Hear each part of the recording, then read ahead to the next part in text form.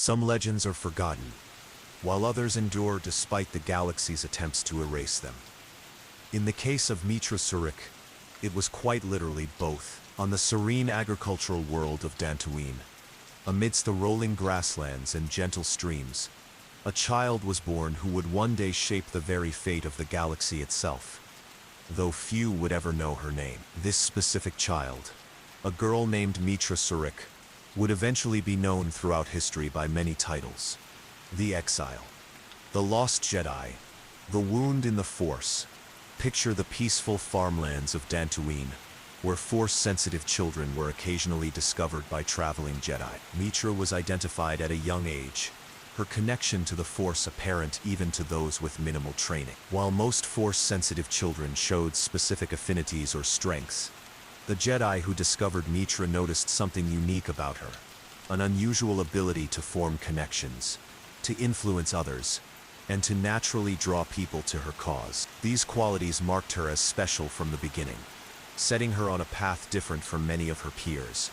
The Jedi training process itself was rigorous and carefully structured. Through advanced instruction, the Jedi Order molded young minds and spirits, teaching them to harness the Force while maintaining emotional discipline.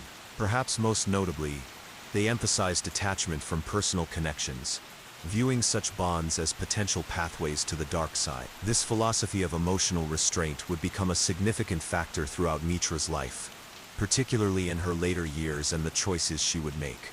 As her training progressed, Meetra quickly caught the attention of her instructor. Where other Padawans focused on individual mastery of the Force, Meetra showed an intuitive understanding of the connections between all living things, and a natural ability to inspire those around her. These qualities earned her recognition among the Masters, setting her apart from many of her fellow students during her formative years. The true mark of distinction came when Meetra was selected as a Padawan by Master Kavar, one of the most respected members of the Jedi Council. Known for his balanced approach to the Force and his exceptional skills as a guardian, Kavar saw in Meetra a kindred spirit, someone who understood that the Force was not simply a tool to be wielded, but a living connection to be respected. This apprenticeship would prove crucial to Meetra's development, instilling in her a pragmatic approach to the Force that many other Jedi lacked. In a rare honor bestowed upon only the most promising students,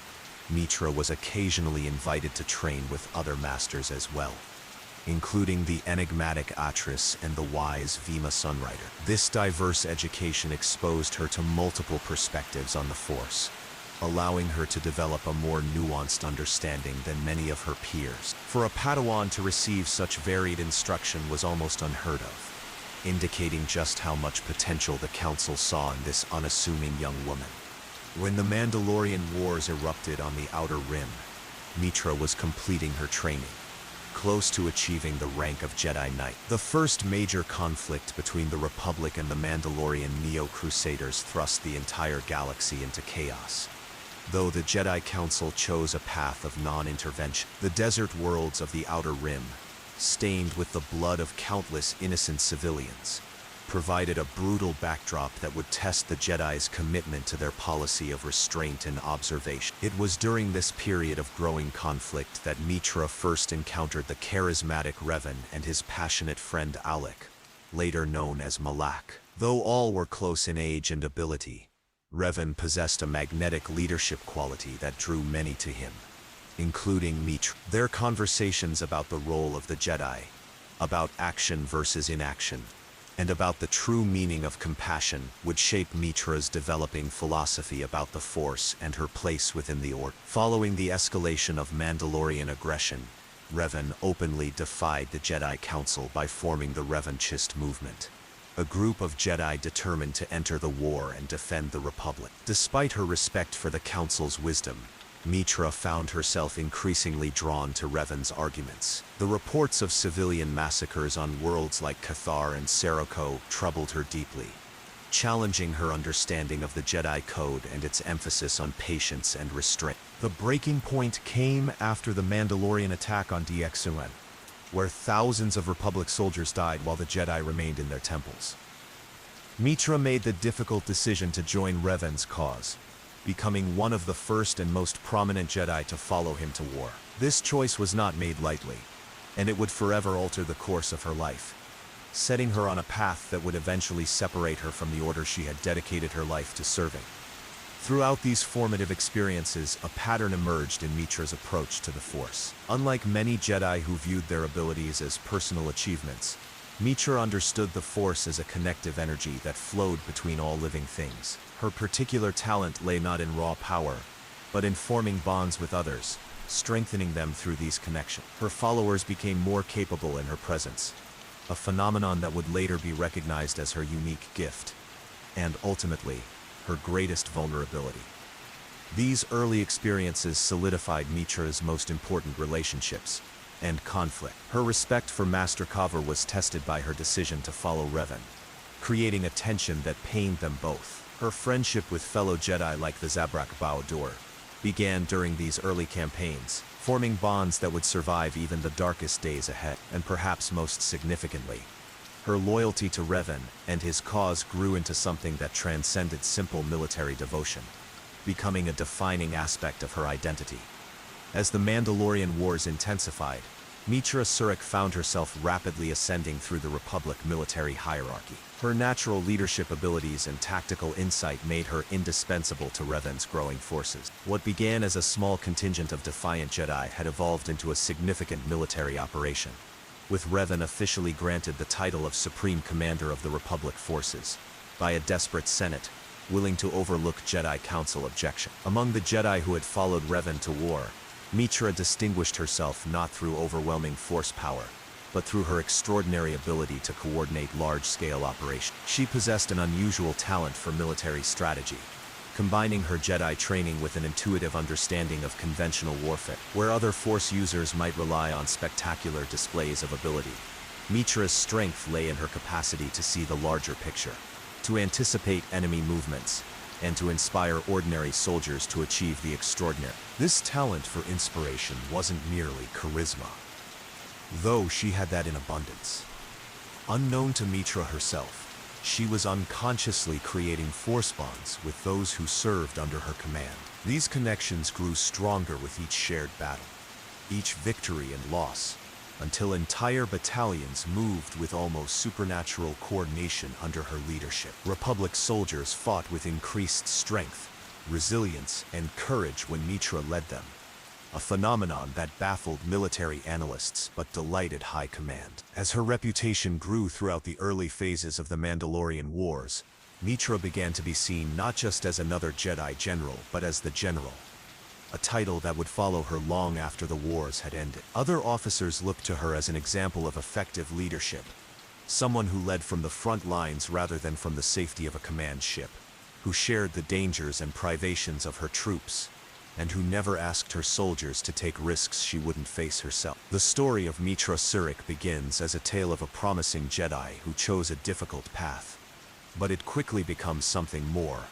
A journey of a woman finding her identity in a galaxy that saw her primarily as a weapon against the Mandalorian threat. In the battles to come, this identity would be tested, challenged, and ultimately forged into something that even her former masters could never have anticipated. As the Mandalorian Wars intensified across the galaxy, General Surik quickly found herself not just fighting battles but also weathering political storms. Her first test as both warrior and diplomat came on the resource-rich world of Onderon, where Republic forces fought to maintain their alliance with the traditional monarchy against separatist elements, secretly supported by Mandalorian infiltrator. Began as a standard military operation, soon became much more significant in Meetra's story.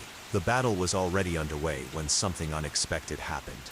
A contingent of Jedi observers arrived, sent by the Council to monitor the situation. In reality, they were there to judge the actions of the revanchists and gather evidence of potential falls to the dark side. Among them was Master Kavir, Meetra's former teacher. The reunion was tense, laden with unspoken disappointments and divided loyalties. When Kavir attempted to assert Jedi Council authority over the military operations, Meetra respectfully but firmly reminded him that in this theater of war, Her authority as a Republic general superseded his standing as a Jedi Master. This moment established what would become one of the most important relationships in Meetra's life. A bond of mutual respect fractured by fundamentally different interpretations of duty. The situation on Onderon grew more complicated when Republic intelligence discovered Mandalorian sympathizers within the royal court. Meetra worked diligently with loyal elements of Onderon's military to uncover the conspiracy, eventually exposing a plot that reached into the highest levels of planetary government. The political maneuvering required was far removed from traditional Jedi peacekeeping, pushing Meetra to develop skills in espionage and counterintelligence that would serve her well in later years. Shortly after securing Onderon's continued allegiance, Meetra and her forces joined Revan's main fleet for a decisive engagement at Daxun, Onderon's savage jungle moon. Their objective was significant: driving the Mandalorians from their fortified headquarters in this strategically vital system. The tactical importance was clear, as controlling Daxun would sever a critical Mandalorian supply line and provide the Republic with a forward base for operations in the Outer Rim. The mission quickly became a nightmare after Republic forces deployed to the surface of Daxun. The moon was not just a Mandalorian stronghold. It was a death trap of dense jungle, vicious predators, and hidden bunkers. Every meter of ground had to be taken at tremendous cost. In the ensuing chaos, Meetra experienced something few commanding officers ever survive: the systematic destruction of nearly an entire division under her command. In the aftermath of Daxun, Meetra voiced a question that had likely been brewing in her mind for some time. Was the cost of victory becoming too high? Were they sacrificing too much in their pursuit of Mandalorian defeat? These questions had no easy answers, but they revealed Meetra's growing awareness of the moral complexities of war, even one fought for just causes. This introspection didn't prevent Meetra from continuing to serve effectively. If anything, it made her a more thoughtful and measured commander, one who weighed the cost of each operation against its strategic value. When assigned to liberate the mining colony of Paragus, Meetra demonstrated her ability to apply her military knowledge in completely different contexts. The delicate operation required precision rather than overwhelming force, as a single misplaced explosion could ignite the volatile fuel deposits and destroy the entire facility. Throughout these challenges, one thing remained constant: Meetra's dedication to protecting those under her command. She consistently stood up for her soldiers, insisting they receive adequate supplies, rest, and medical care when other commanders might have pushed them beyond endurance. When confronted by a Republic admiral about her coddling of troops, Meetra made it clear that she saw her soldiers as people, not disposable assets. "They're not droids," she reportedly said. "Their loyalty and effectiveness come from knowing their commander values their lives." This stance represented significant growth from her early days as a Jedi Padawan. Meetra had learned to navigate the middle ground between detachment and attachment, between military necessity and compassion. She found ways to care for her troops while still accomplishing her missions, a balance that many others in her position failed to achieve. These trials forced Meetra to confront not just military challenges, but philosophical ones. The accelerating pace and growing brutality of the war led her to question what victory would ultimately mean.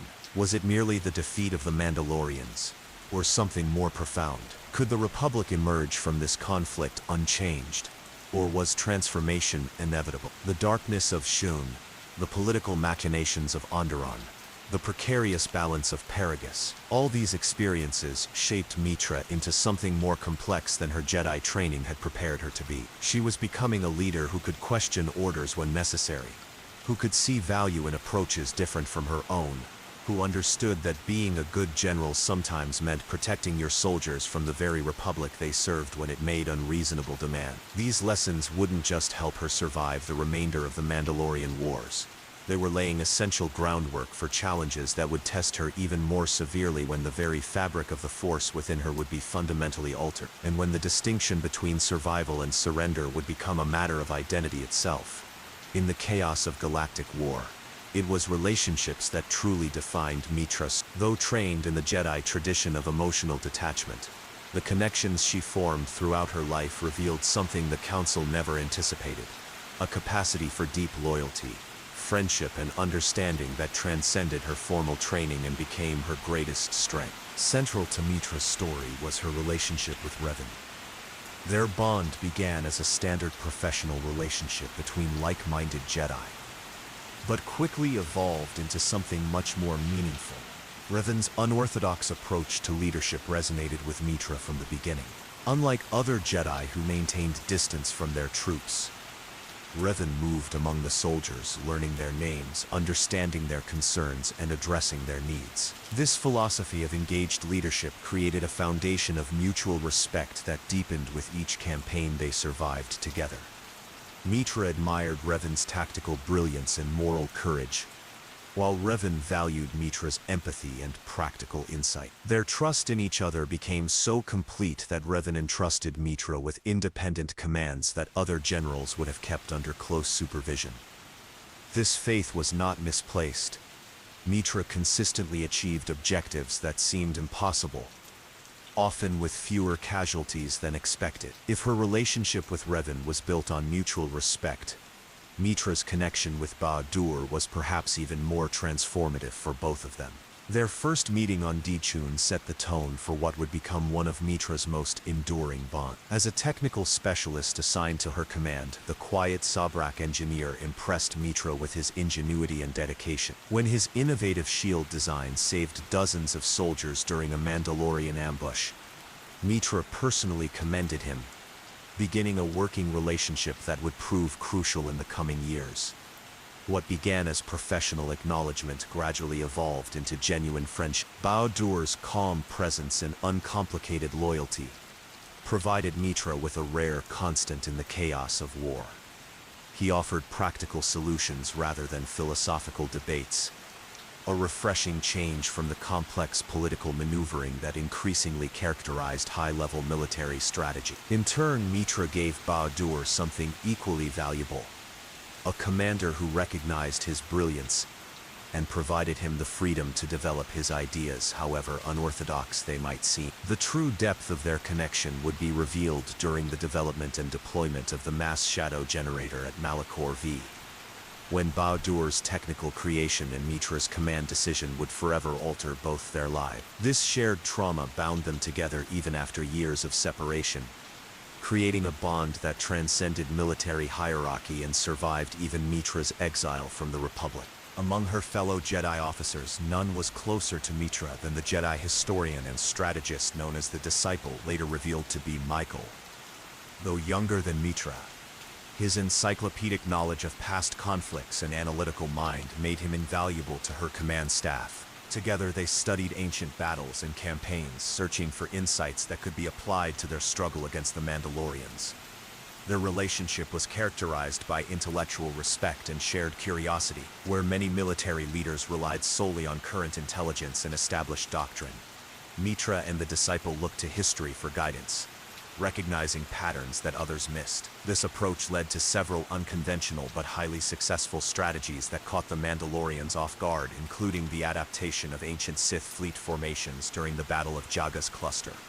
The tragedy of their friendship came with the war's conclusion. While Meetra followed Revan into the unknown regions after Malachor V, the Disciple remained behind, eventually returning to the Jedi Order. Their paths would cross again years later, but by then both would be fundamentally changed by their experiences, one as an exile stripped of the Force, the other as a secret agent serving multiple masters. Beyond these high-profile relationships, Meetra formed deep bonds with the men and women who served directly under her command. She was particularly close to her personal guard unit, an elite squadron of Republic commandos who volunteered specifically to serve under her leadership. Their loyalty was legendary. During one particularly brutal Mandalorian counterattack, the entire unit formed a human shield around their wounded general, absorbing blaster fire to protect her until evacuation arrived. The loss of many of these loyal soldiers during the cataclysm of Malachor V would haunt Meetra for years. Each death felt personal to her, not just a reduction in military strength, but the loss of someone she had come to know and value. This profound sense of connection and responsibility set her apart from many other Jedi generals, who maintained the traditional emotional distance prescribed by the Order. Meetra's ability to form meaningful bonds extended to those outside her immediate unit as well. Her relationship with Admiral Karth Onasi, though occasionally strained by different approaches to military protocol, was based on mutual professional respect. Karth appreciated Meetra's willingness to consider the welfare of ordinary soldiers, while she valued his unwavering commitment to the Republic's ideals even when the Republic itself fell short of them. The respect Meetra earned extended far beyond her fellow Republic officer. Many Mandalorians, despite being her enemies, developed a grudging admiration for the general, who consistently outmaneuvered their best tactical minds. This reputation would later serve her well when she encountered Mandalorians during her exile, as stories of her honorable conduct during the war had spread even among those who had fought against her. What made Meetra truly exceptional was her understanding that connection transcended political and military boundaries. While created as part of the Jedi tradition that emphasized detachment, she recognized that true strength came from meaningful bonds, not isolation. Her leadership philosophy centered on the idea that collective effort, mutual support, and genuine understanding created something more powerful than even the most skilled individual could achieve alone. When faced with the horror of Malachor V'Theth and its aftermath, this belief in the power of connection would prove both Meetra's greatest strength and her most profound vulnerability. The millions of deaths she caused with a single order created a wound in the Force that resonated through all her existing bonds, amplifying the trauma beyond what any single person should have been able to endure. Yet it was also her capacity for connection that would eventually allow her to rebuild herself after losing her link to the Force, by forming new bonds, finding new purpose, and rediscovering what it meant to be not just a Jedi, but a person of principle in a galaxy desperately short of heroes. Throughout the turbulent years of the Mandalorian Wars and beyond, it was these relationships that defined Meetra far more than her status as a Jedi or a Jedi. They transformed her from a product of Jedi training into a person capable of deep connection, sacrifice, and love in a galaxy where such attachments were often viewed with suspicion. In her willingness to form these bonds despite the potential cost, Meetra demonstrated a courage different from battlefield heroics, but no less significant: the courage to remain open to others even knowing the pain that connection might eventually bring. Sometimes destiny reveals itself in the most devastating ways. For Meetra Surik, that moment came above the skeletal world of Malachor V'Theth. During the final battle of the Mandalorian War, the Republic forces were locked in what appeared to be an unwinnable conflict against the main Mandalorian fleet, with casualties mounting by the hour and victory slipping further from reach with each passing moment. In the midst of this desperate situation, Meetra received encrypted coordinates directing her to meet Revan aboard his flagship. What transpired in that meeting would alter not just the course of the war, but the fate of countless lives across the galaxy, including her own. Revan revealed a weapon of last resort, the Mass Shadow Generator, a super weapon designed by Bao-Dur that could create artificial gravity wells of incredible power. Its deployment would not just destroy the Mandalorian fleet, but would shatter Malachor V itself. The plan was brutal in its simplicity and horrifying in its implications. Revan and the majority of Republic forces would withdraw, leaving Meetra to command a skeleton crew of volunteers who understood they were unlikely to escape. When the Mandalorians pursued what they believed was a retreating Republic fleet, Meetra would spring the trap, activating the weapon and destroying everything in the vicinity, including potentially herself and her own forces. What Revan asked of her was beyond the scope of normal military sacrifice. This wasn't just a dangerous mission, it was an order that would stain her soul if she survived. Yet Meetra accepted the burden without hesitation. The Republic must survive, she reportedly told her command staff when explaining the mission. Some prices are too high, but losing this war would cost even more. As Revan's forces withdrew according to plan, the Mandalorians took the bait, committing their reserves to what they believed was pursuit of a defeated enemy. Meetra watched from the bridge of her command ship as the trap closed, Mandalorian vessels filling the space around Malachor V, their commanders unaware of the cataclysm about to be unleashed. The moment of decision arrived with brutal finality. Bao-Dur had created a simple activation device, a remote control that would trigger the network of gravity generators positioned around the planet. With communications to the remaining Republic ships cut by Mandalorian jamming, there would be no warning for anyone, friend or The decision rested solely with Meetra. In that final moment of hesitation, Meetra experienced something few commanding officers ever face: the full, crushing weight of responsibility for what she was about to do. Through the Force, she could sense the thousands of lives that would end with her decision. Mandalorians, Republic soldiers, and the few remaining inhabitants of Malachor Vith itself, each one a distinct light in the Force, each one about to be extinguished by her command. With grim determination, Meetra gave the order. Bao-Dur activate. The device with a simple, devastating acknowledgement. Yes, General, the mass shadow generator engaged, creating a gravitational vortex of unprecedented power. The effects were immediate and catastrophic. Ships were crushed like insects, their hulls collapsing under forces they were never designed to withstand. The planet's surface fractured, entire continental plates shifting and colliding as the weapon's power increased. What Meetra couldn't have anticipated was how the cataclysm would manifest through the Force. As tens of thousands died simultaneously, their final moments of terror and pain created a psychic shockwave that rippled through the Force itself. For a Force sensitive like Meetra, who had unconsciously formed bonds with so many under her command, the experience was beyond traumatic. It was soul-shattering. Every death resonated through her, amplified by her unique ability to form connections. The pain became unbearable, a psychic wound so profound that her mind did the only thing it could to survive. It severed her connection to the Force entirely. In that moment of unfathomable loss, Meetra Surik became something unprecedented in the Order's history. A Jedi completely cut off from the Force not by external means, but by her own subconscious act of self-preservation. Against all odds, Meetra survived the destruction physically, her ship one of the few to escape the gravitational maelstrom. But the person who returned from Malachor Thiv was fundamentally changed. Where once the Force had flowed through her, there was now only emptiness, a void that ached like a phantom limb. More than her connection to the Force was lost. Her sense of self, built over years of Jedi training and military service, had been fractured by the weight of what she had done. In the aftermath of Malachor Thiv, as the Mandalorians surrendered and the war officially ended, Meetra found herself unable to join the celebrations. The Republic had survived, but at what cost? Millions dead, a planet destroyed, and something fundamental within herself irrevocably broken. While others spoke of victory, Meetra could only see the price that had been paid, a price she had personally calculated and found acceptable in the moment of decision, but which now seemed impossibly high in retrospect. The true measure of the catastrophe became apparent when Revan and Malak, rather than returning to the Republic they had saved, took the remainder of their loyal forces and pursued the retreating Mandalorians into the unknown region. Meetra, still reeling from her own losses, declined to join them, one of the few decisions she would never come to regret. Left behind with a fractured soul and a silenced connection to the Force, Meetra did the only thing she could.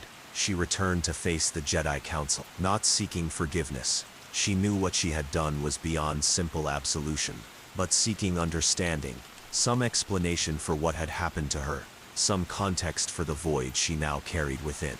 What awaited her on Coruscant was not understanding but judgment. The Council, which had opposed Jedi intervention in the war from the beginning, saw in Meetra a convenient symbol of everything they had warned against. They did not see a wounded veteran who had sacrificed everything to protect the Republic. They saw a cautionary tale, a demonstration of what happened to Jedi who strayed from the Council's wisdom.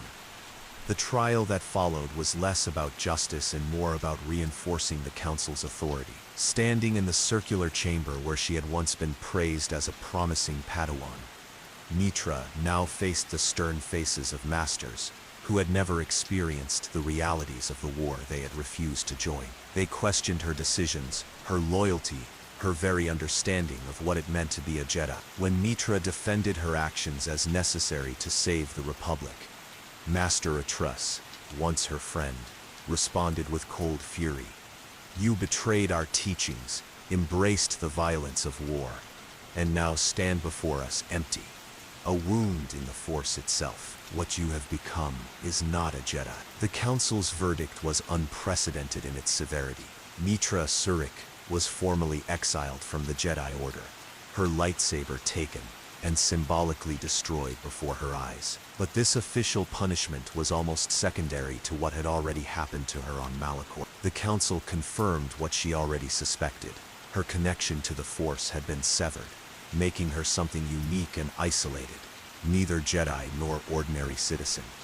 As she left the Council chambers for the last time, Meetra made one final, defiant gesture. Walking to the central stone of the chamber, she plunged her deactivated lightsaber hilt into its surface, leaving it embedded there as a reminder of what the Order had rejected. Keep it, she told them.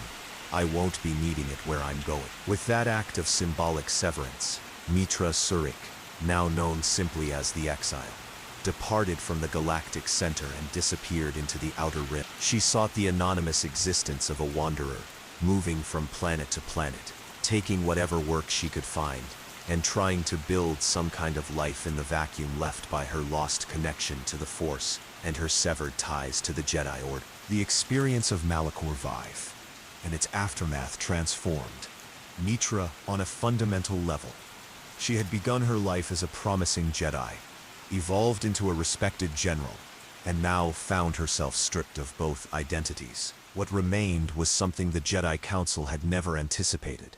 A woman determined to find meaning beyond the Force, beyond military rank, beyond the expectations that had defined her existence until that moment. Though the Republic had been saved and the Mandalorian threat neutralized, Meetra's personal war was far from over. The battles to come would not be fought with lightsabers or fleets, but within herself, as she struggled to understand what she had become and what possible future could await someone who had fallen so far from grace. The path ahead was uncertain, but one thing was clear. Meetra Surik would not be defined by what she had lost, but by what she chose to do with what remained. When the smoke cleared after Malachor V, the galaxy had fundamentally changed. The Mandalorian threat was over, their forces scattered and demoralized by their decisive defeat. The Republic had survived, though weakened by years of brutal conflict. The Jedi Order maintained its position of authority, vindicated in the eyes of many by the fate of those who had defied their wisdom and gone to war. And Meetra Surik, once a respected Jedi general, now found herself utterly alone, exiled from the Order and cut off from the Force that had been her constant companion since childhood. Meetra faced a reality few Force sensitives ever experienced: life as an ordinary citizen of the galaxy. Being officially listed as exiled from the Jedi Order created practical challenges beyond the spiritual and emotional loss. Former allies in the Republic military distanced themselves, unwilling to risk their careers by associating with someone the Jedi had so publicly rejected. Civilians who recognized her name often reacted with suspicion or outright hostility, their opinions shaped by propaganda that portrayed the revanchists as renegades, whose actions had weakened rather than saved the Republic. This new reality demanded a complete reinvention of her life. The skills that had defined her existence, her connection to the Force, her leadership of troops, her status as a Jedi, were gone or rendered irrelevant. In their place, Meetra had to develop new capabilities and find value in aspects of herself she had previously taken for granted. Her first act as an exile spoke volumes about her character. Despite the risks involved, Meetra traveled to Iridonia to find Bao-Dur's family. The engineer had survived Malachor V physically, but the psychological trauma of seeing his creation used to such devastating effect had left him profoundly changed. Meetra felt responsible for what had happened to him and wanted to ensure his family understood that their son had acted honorably throughout the war. Your son saved the Republic, she told Bao-Dur's mother, in their modest home on the outskirts of Iridonia's capital. What happened at Malachor was my decision, not his. He created a tool, I chose how to use it. This journey to accept personal responsibility, undertaken when she could have simply disappeared into anonymity, demonstrated that exile had not diminished Meetra's core integrity. As the months turned into years, Meetra's established a pattern of temporary existence on the fringes of Republic space. She took whatever work her skills qualified her for. Security consultant, pilot, occasional bounty hunter for non-lethal contract. She never stayed in one location long enough to form deep connections, carrying the lesson of Malachor with her that bonds could become vulnerabilities, that caring too deeply made loss unbearable. This nomadic existence served another purpose beyond simple survival. Meetra was hiding, not just from potential recognition, but from herself. By constantly moving, constantly adapting to new environments and challenges, she could avoid confronting the void within her where the Force had once resided. Physical motion became a substitute for spiritual purpose, external challenges a distraction from internal wounds. During these years of wandering, rumors began to reach even the distant planets where Meetra sought anonymity. Strange reports filtered through spaceport cantinas and merchant ships. Revan and Malak, the heroes who had pursued the Mandalorians into the unknown regions, had returned, but they had not returned as saviors. Instead, they emerged at the head of a massive Sith armada, declaring themselves Dark Lords and launching a new war against the very Republic they had once saved. The Jedi Civil War, as it came to be known, represented everything Meetra had fought to prevent. The Republic, barely recovered from the Mandalorian conflict, now faced an enemy led by its former heroes, using Republic military tactics and equipped with advanced technology that bore the hallmarks of Revan's genius. The news struck Meetra like a physical blow. Had all their sacrifices, including the atrocity of Malachor Vath, ultimately served only to weaken the Republic before this new threat. Her initial impulse was to return, to offer her services to the Republic military, despite her exile and loss of Force abilities. But something held her back.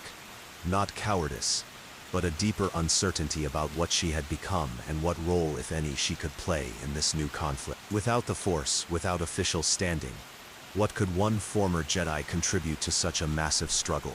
Instead, Meetra retreated further from Republic space, seeking the most remote regions of the Outer Rim.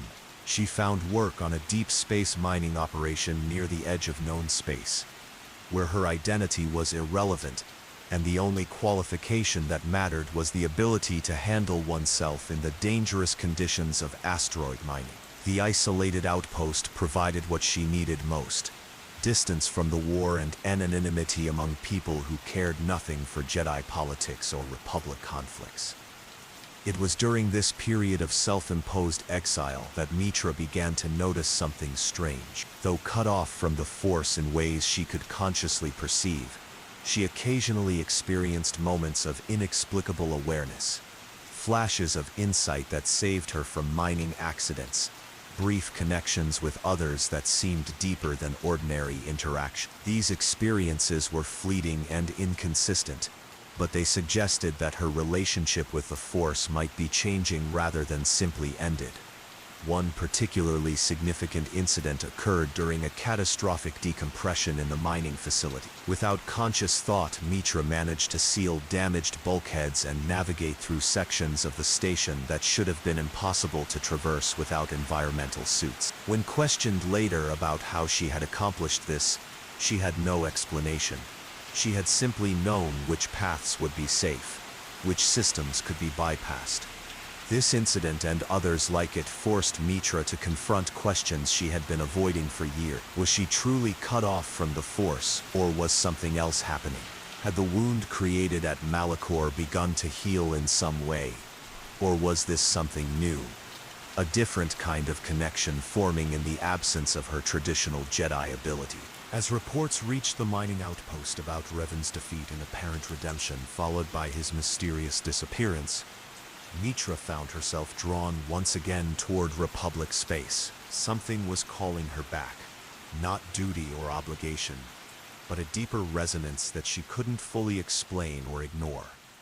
The galaxy had changed dramatically in her absence. The Jedi Civil War had decimated both the Jedi Order and the Sith forces that Revan and Malak had commanded. The Republic survived but was fundamentally weakened, its military infrastructure and political stability severely compromised. And most significantly for Meetra, the Jedi were vanishing, not just dying in conflict, but disappearing in ways that defied explanation. Her return to civilized space came through a series of seemingly random events that, in retrospect, carried the unmistakable pattern of fate. A mining accident forced the evacuation of her outpost. The transport she boarded was redirected due to hyperspace lane disruption. A chance encounter with a Republic intelligence operative led to a job offer escorting sensitive cargo to the Paragus mining facility. Each step brought her closer to a confrontation with her past that she had been avoiding for years. The sequence of events that followed would later be recognized as the beginning of Meetra's redemption, though at the time they appeared as just another series of crises to survive. An explosion at the Paragus facility, awakening in a Kolto tank surrounded by dead miners, meeting the enigmatic old woman Kreia, who seemed to know more about Meetra than should have been possible, encountering Atan Rand, a pilot with his own complicated past, escaping the facility aboard the Ebon Hawk, a ship with connections to Revan himself. These events set Meetra on a path that would force her to confront everything she had been running from since Malachor. The nature of her exile, the wound in the Force that she carried within her, the consequences of her actions during the war, and perhaps most significantly, the possibility that she might not be as severed from the Force as she had believed. Kreia, who revealed herself to be a former Jedi Master with her own complex relationship to the Force, became both mentor and manipulator to Meetra during this period. Her teachings were unlike anything Meetra had encountered in the Jedi Order.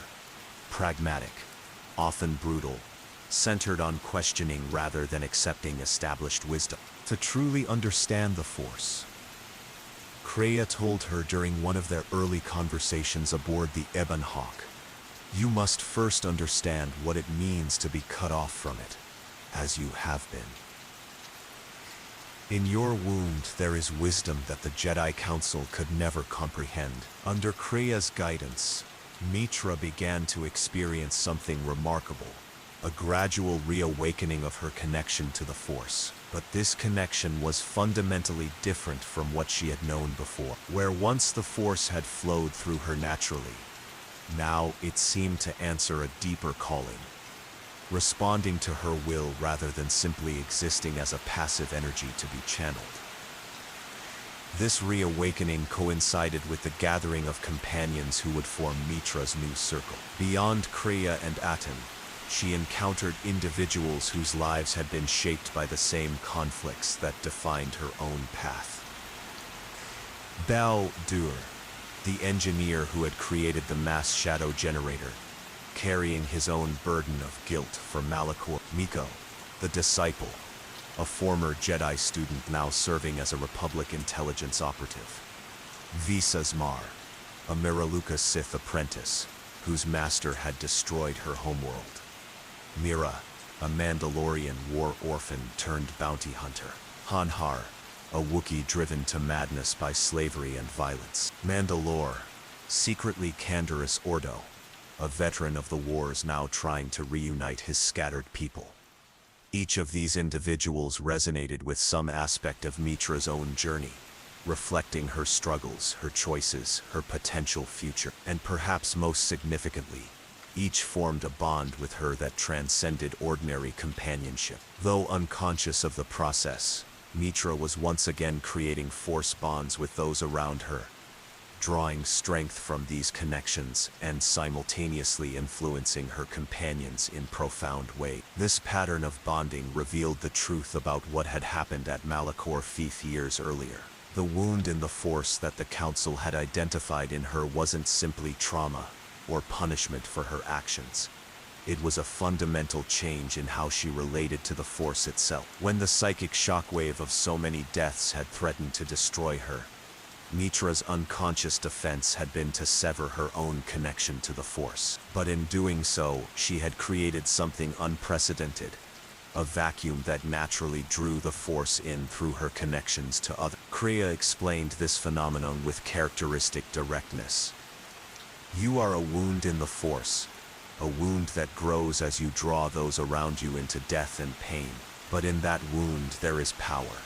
Power that the Jedi fear because they cannot control it. This unique relationship with the Force made Meetra both incredibly powerful and profoundly vulnerable. Each bond strengthened her, allowing her to regain and even surpass her former ability. But each connection also created a potential weakness, a channel through which harm could flow in both directions. If Meetra was injured, her companions felt the pain. If they suffered, she experienced their trauma as her own. Understanding this reality transformed Meetra's approach to the challenges she faced. Where once she had been a military commander viewing situations primarily in terms of strategic objectives, she now considered the complex web of relationships that defined each conflict. The Jedi Masters in hiding across the galaxy, the Sith triumvirate that had emerged in the power vacuum left by Malak's defeat, the Republic struggling to rebuild after years of devastating war. Each represented not just an external problem to solve, but a network of connections to understand and potentially heal.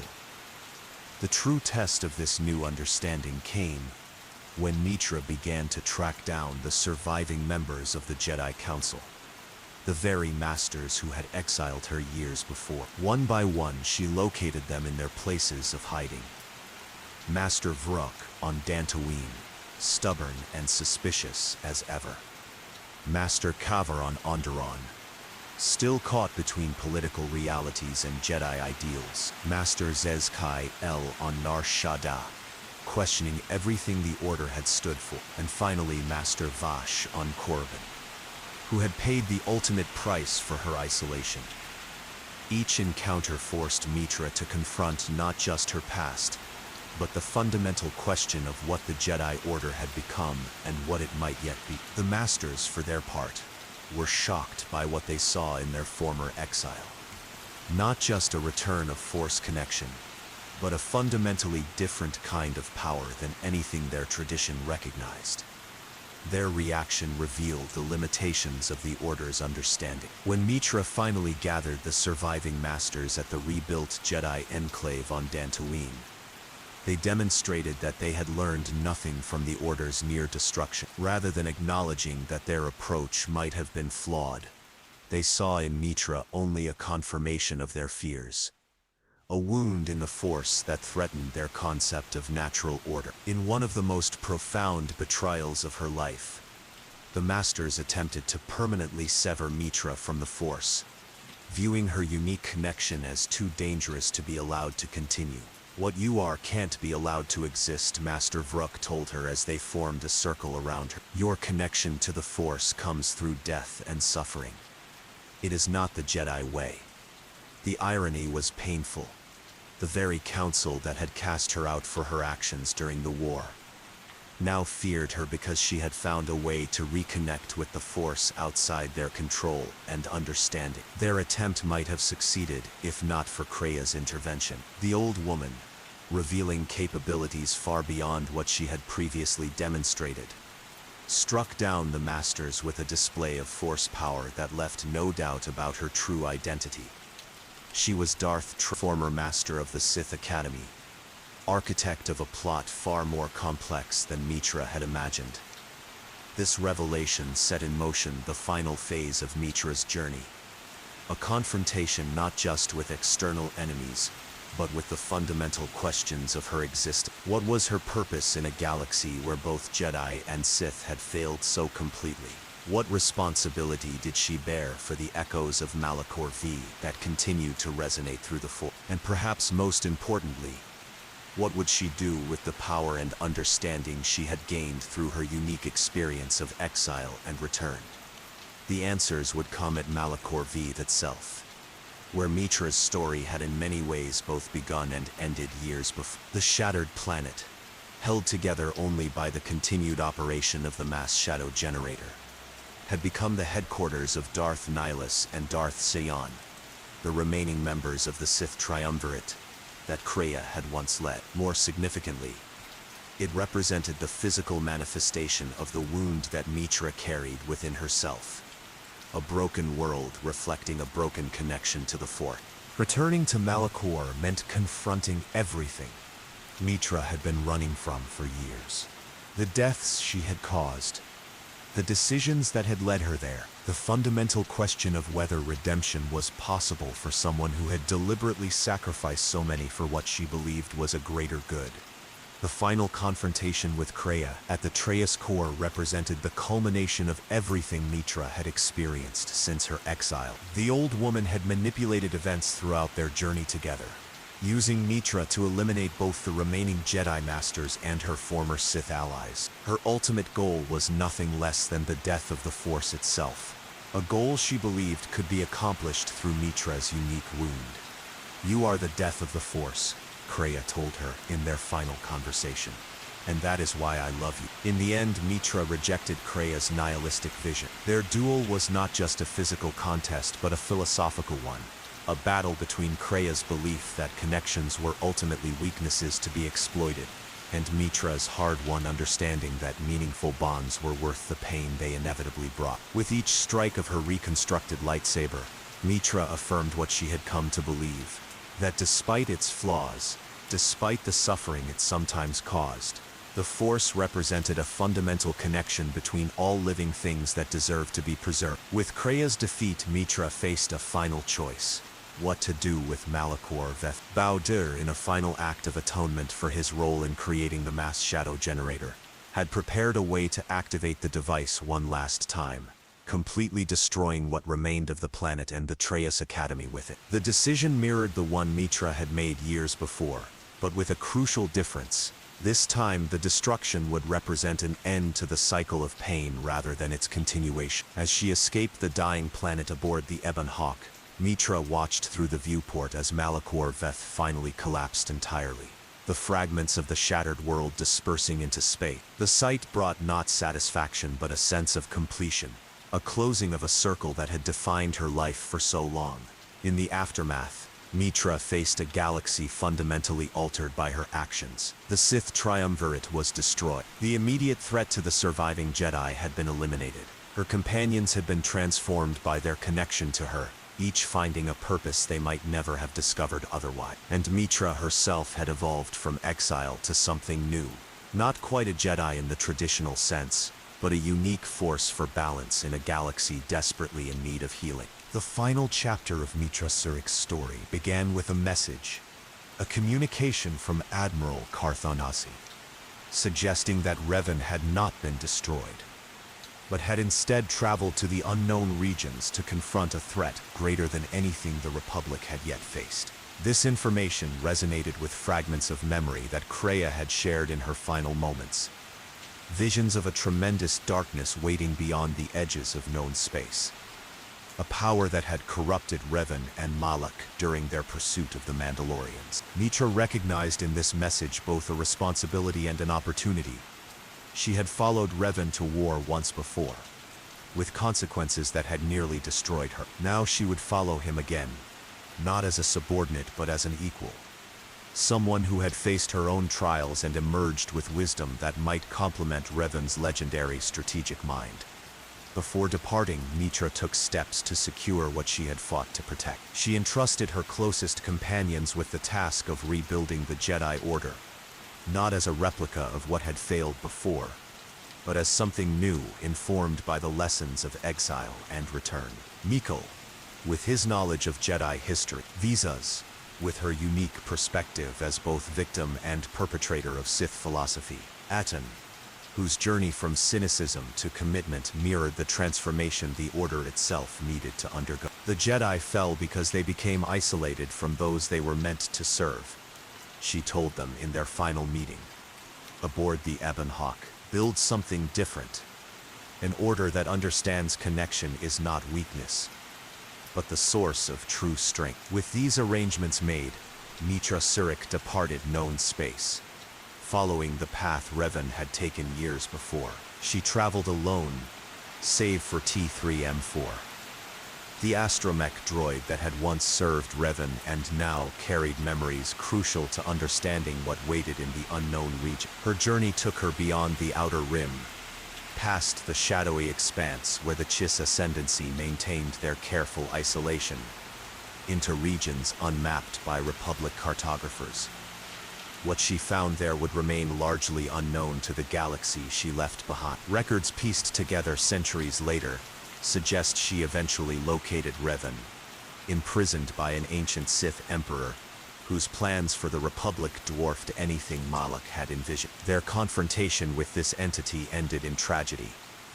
Not immediate defeat, but a sacrifice that delayed the Emperor's plans for centuries rather than achieving the final victory they had hoped for. The details of Meetra's fate would become legend, passed down through generations of Jedi who traced their lineage to the order she helped rebuild. Some accounts claim she fell in battle alongside Revan, their combined strength insufficient against the Emperor's ancient power. Others suggest a more nuanced end, that Meetra's unique connection to the Force, her ability to form bonds that transcended ordinary understanding, allowed her consciousness to persist even after physical death, becoming one with the Force in a way few Jedi had achieved before. What remained consistent across all versions of the story was the understanding that Meetra Surik had completed a journey few could comprehend, from promising Jedi to military leader, from exiled wanderer to wounded healer, from student to teacher and finally to legend. Her life traced an arc from dogmatic certainty through devastating doubt, to a wisdom born of experiencing both extremes and finding balance between them. The galaxy would face many threats in the centuries that followed. The return of the Sith Empire, the rise of new tyrants, the emergence of technologies capable of destroying entire worlds. Through each crisis, echoes of Meetra's journey would resonate. Her understanding that strength comes not from isolation, but from meaningful connection. Her recognition that healing is possible even after the most profound wound. Her certainty that redemption requires not the erasure of the past, but its integration into a more complete understanding of oneself. For those who study the history of the Jedi Order, Meetra Surik represents a crucial turning point, the moment when ancient traditions confronted their own limitations and began the painful process of evolution. She was neither the most powerful Force user of her era, nor the most politically influential, but her impact was profound precisely because she stood at the intersection of so many crucial moments, embodying the conflict between duty and compassion, between tradition and necessary change. In the end, the story of Meetra Surik is not primarily about victories won or enemies defeated. It is about the courage to question one's deepest beliefs when experience demands it, the strength to bear responsibility for painful choices rather than denying or deflecting it, the wisdom to recognize that true understanding comes not from adherence to rigid principles, but from living fully in a complex, imperfect galaxy where connection brings both joy and pain, and where redemption is never beyond reach for those willing to face themselves honestly. And perhaps most importantly, it is a reminder that even in a universe filled with mystical powers and ancient prophecies, the most profound changes begin not with grand gestures but with individual choices made in moments of crisis. Choices to protect rather than destroy, to connect rather than isolate, to grow through suffering rather than being diminished by it. In this sense, the legacy of the exile is not the power she wielded or the enemies she defeated, but the demonstration that the path back from one's darkest moments begins with a single step toward the light. Sleep well, knowing that even in a galaxy far, far away, the journey from darkness to light is never impossible, no matter how profound the wound or how complete the exile. The story of Meetra Surik stands as testament to the resilience of the spirit and the healing power of connection, a lullaby of redemption for a weary universe in need of heroes who understand that true strength comes not from perfection but from how we rise after we fall. Hey there, fellow Star Wars enthusiasts. I hope Meetra's journey helped you drift peacefully into the embrace of sleep, or at least provided some fascinating lore to enrich your understanding of the Star Wars universe. If you enjoyed this deep dive into the story of the Exile, I'd be incredibly grateful if you'd consider subscribing to the channel. Your support means everything, and helps ensure more stories from across the galaxy can be shared. Whether it's the ancient tales of the Old Republic, the rise and fall of the Empire, or legends from the far corners of the Star Wars universe, your subscription powers these nighttime journeys. Leave a comment below sharing which character's story you'd like to hear next. Perhaps Revan's full journey, Kria's descent into darkness, or maybe something from an entirely different era. Don't forget to activate notifications so you never miss a new story.